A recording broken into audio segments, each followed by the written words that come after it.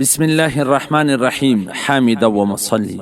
محترمینو، یو محترم ورور دا پوښتنه کړې ده چې د زکات حساب کتاب مې وکړي، د زکات پیسې مې جلا کړې او بیا یو داسې ایمرجنسي ضرورت راته پیښ شو د هغه پیسو، نو هغه د زکات پیسې برته مې راواخیستې، بیا مې په خرج کړې، نو آیا په دې کې به څه مشکل خو نه وي؟ محترمینو، د زکات پیسې چا جلا کړې او بیا برته ودته ضرورت پیښ شو، نو هغه پیسې دی برته په خپل کار کې راوستلی سي.